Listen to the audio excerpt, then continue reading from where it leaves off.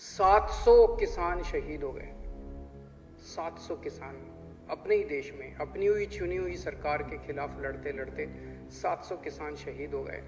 उन सभी किसानों को मैं नमन करता हूं। लेकिन एक खुशी की बात यह कि उनकी आत्मा को अब शांति मिल रही होगी, क्योंकि उन्होंने जिस चीज के लिए शहादत दी वो अंत में लक्ष्य पूरा हुआ और किसानों की जीत हुई। अगर अपने देश के किसान एंटी नेशनल है तो ये सारे जो बैठे हुए हैं उधर वो क्या है? फिर जो गालियां दे रहे थे वो क्या है? फिर वो नेशनल हैं, एंटी नेशनल हैं, खालिस्तानी हैं, आतंकवादी हैं, चाइना के एजेंट हैं, पाकिस्तान के एजेंट हैं, पता नहीं क्या क्या किसानों को गालियां नहीं दी गई।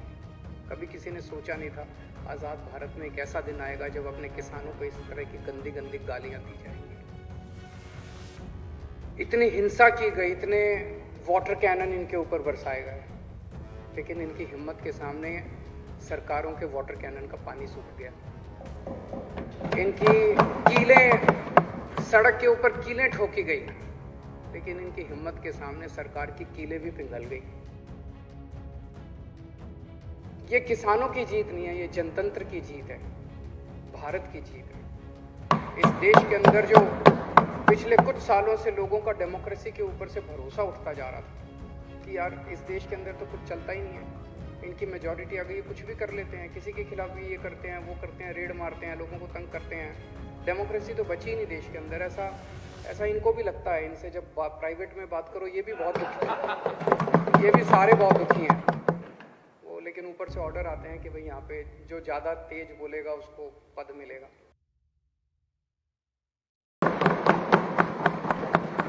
अध्यक्ष महोदय,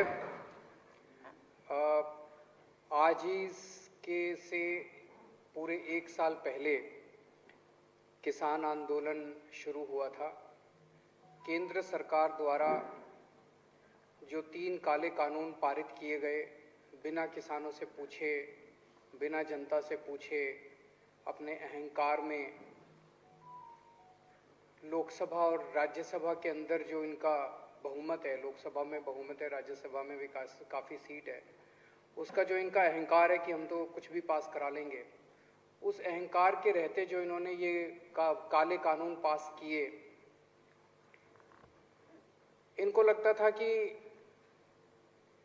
किसान आएंगे, थोड़े दिन आंदोलन करेंगे, चीखेंगे, चिल्लाएंगे, फिर घर चले जाएंगे। पिछले साल 26 नवंबर को यह आंदोलन दिल्ली के बॉर्डर पे शुरू हुआ। आज पूरा 1 साल हो गया और उनका आंदोलन सफल रहा। सबसे पहले मैं देश के किसानों को तहे दिल से बहुत बहुत बधाई देना चाहता हूं। इस आंदोलन में सब लोग शामिल हुए, कोई प्रत्यक्ष रूप से, कोई अपने अपने घर से दुआएं भेज रहे थे। जो भी इस देश का भला चाहते हैं सब ने इस आंदोलन का समर्थन किया। महिलाओं ने, व्यापारियों ने, स्टूडेंट्स ने, पत्रकारों ने, बुजुर्गों ने, यूथ ने, बच्चों ने, इस धर्म के लोगों ने, उस धर्म के लोगों ने, इस जात के लोगों ने, उस जात के लोगों ने, सब लोगों ने इसका समर्थन किया। सब ने दुआएं दी इसकी सफलता के लिए। सभी देशवासियों को मैं बधाई देना चाहता हूं। खासकर मैं पंजाब के किसानों को बधाई देना चाहता हूं, क्योंकि उन लोगों ने इस पूरे आंदोलन की अगुवाई की, उन्होंने इस पूरे आंदोलन की लीडरशिप की।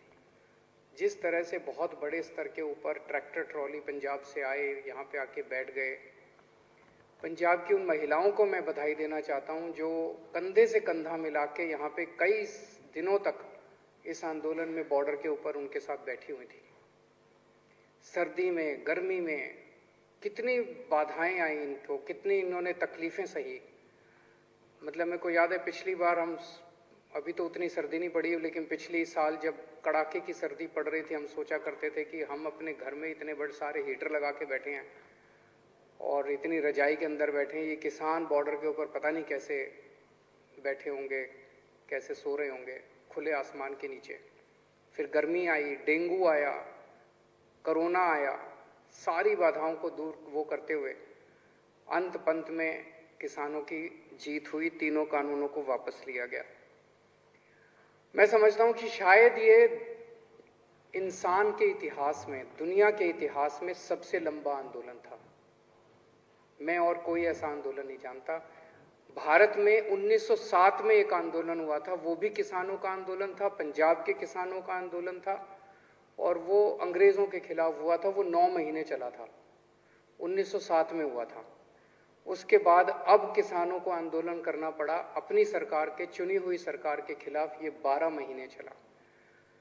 दुनिया का सबसे लंबा आंदोलन, सबसे अहिंसात्मक आंदोलन, संयमित आंदोलन। सत्ता पक्ष ने इनको भड़काने में कोई कसर नहीं छोड़ी, षड्यंत्र करने में कोई कसर नहीं छोड़ी, गालियां देने में कोई कसर नहीं छोड़ी। उनको कुचला गया। लखीमपुर का जो इंसिडेंट है बहुत ही दर्दनाक इंसिडेंट है कि सरेआम सड़क के ऊपर इतने लोगों के सामने, हजारों लोगों के सामने किसानों को गाड़ी से कुचल दिया गया। और इतनी हिम्मत हो गई, अगर सुप्रीम कोर्ट इंटरवीन नहीं करता तो ये उसको गिरफ्तार भी नहीं करते जिसने कुचला था। ये तो सुप्रीम कोर्ट की वजह से इन्हें गिरफ्तार करना पड़ा। लेकिन किसान बेचारा शांत रहा। वो केवल अपने अर्जुन की आंख की तरह अपने आंदोलन पे केंद्रित रहा। 700 किसान शहीद हो गए।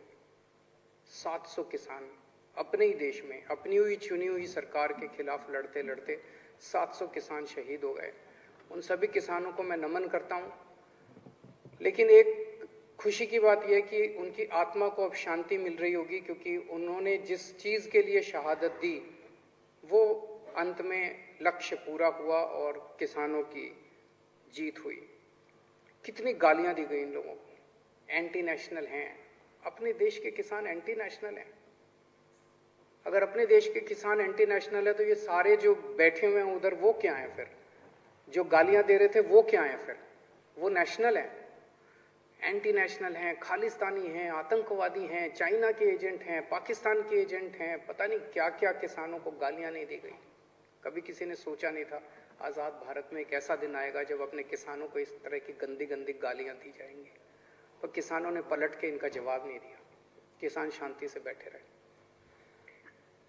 इतनी हिंसा की गई, इतने वाटर कैनन इनके ऊपर बरसाए गए, लेकिन इनकी हिम्मत के सामने सरकारों के वाटर कैनन का पानी सूख गया। इनकी कीलें, सड़क के ऊपर कीलें ठोकी गई, लेकिन इनकी हिम्मत के सामने सरकार की कीलें भी पिघल गई। बैरियर लगाए गए, सब किया गया इनको, लेकिन इनकी हिम्मत नहीं तोड़ पाई ये सरकार। और अंत पंत में इस सरकार को झुकना पड़ा। इनके अहंकार को तोड़ दिया इन किसानों ने। जिस तरह से आजादी की लड़ाई लड़ी गई थी, ये किसी आजादी की लड़ाई से कम नहीं था। सबसे बड़ी बात यह हुई कि ये किसानों की जीत नहीं है, ये जनतंत्र की जीत है, भारत की जीत है। इस देश के अंदर जो पिछले कुछ सालों से लोगों का डेमोक्रेसी के ऊपर से भरोसा उठता जा रहा था कि यार इस देश के अंदर तो कुछ चलता ही नहीं है, इनकी मेजॉरिटी आ गई है, कुछ भी कर लेते हैं, किसी के खिलाफ भी ये करते हैं, वो करते हैं, रेड मारते हैं, लोगों को तंग करते हैं, डेमोक्रेसी तो बची ही नहीं देश के अंदर। ऐसा इनको भी लगता है। इनसे जब प्राइवेट में बात करो, ये भी बहुत दुखी हैं, ये भी सारे बहुत दुखी हैं वो। लेकिन ऊपर से ऑर्डर आते हैं कि भाई यहाँ पे जो ज्यादा तेज बोलेगा उसको पद मिलेगा। तो इनकी मजबूरी है, पर ये हैं सारे अपने ही, दिल से ये सारे अपने साथ हैं। सो जनतंत्र की जीत हुई है। जनतंत्र में लोगों का भरोसा बढ़ा है बहुत ज्यादा। ये एक तरह से हवन था। उस हवन में हम सब लोगों ने भी अपनी तरफ से एक चम्मच घी का डाला।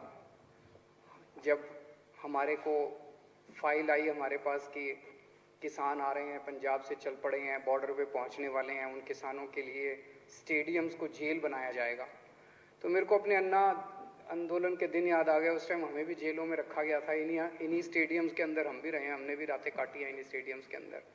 तो मैं समझ गया कि ये स्टेडियम के अंदर इनको पटक देंगे सबको, किसानों को, और आंदोलन खत्म। फिर तुम स्टेडियम में बैठे रहो, जितने भी दिन बैठना है तुम करते रहो। तो हमने मंजूरी नहीं दी। बहुत नाराज हुई केंद्र सरकार, बहुत नाराज हुई। वैसे ही बहुत तंग करते हैं, मैंने सोचा और थोड़ा तंग कर लेंगे, क्या फर्क पड़ता है। तो बहुत नाराज हुए। बॉर्डर के ऊपर जितनी जरूरत पड़ी, जब जब जरूरत पड़ी, पानी की, खाने की, टॉयलेट्स की, हमने पूरी मदद की किसानों की। तो हमने अपनी तरफ से जो भी हो सकता था पूरा किसानों की मदद की। एक चीज मैं देख रहा हूं, मतलब बेशर्मी की भी हद होती है।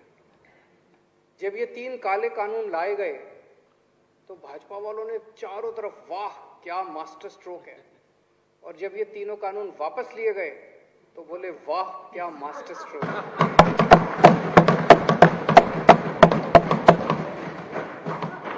मतलब मैं यही कह सकता हूं, मुझे बहुत दया आती है आप लोगों के ऊपर।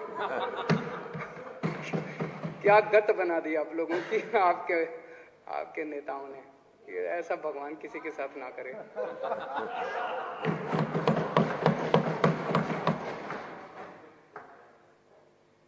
किसानों की जो मांगे हैं, अभी जो पेंडिंग मांगे हैं, हम उनका पूरा समर्थन करते हैं।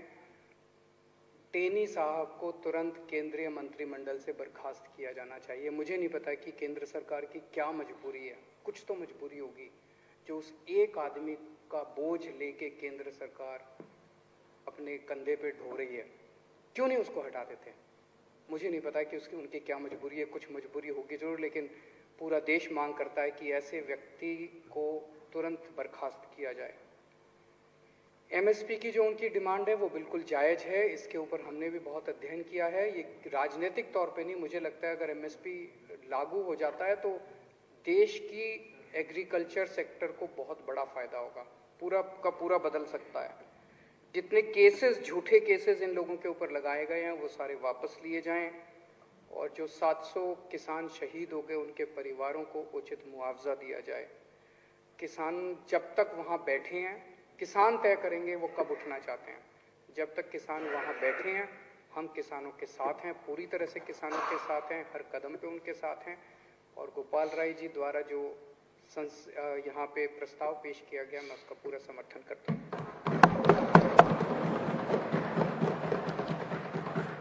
अब माननीय विकास मंत्री श्री गोपाल राय जी चर्चा का उत्तर देंगे और संकल्प को पारित करने का अनुरोध करेंगे।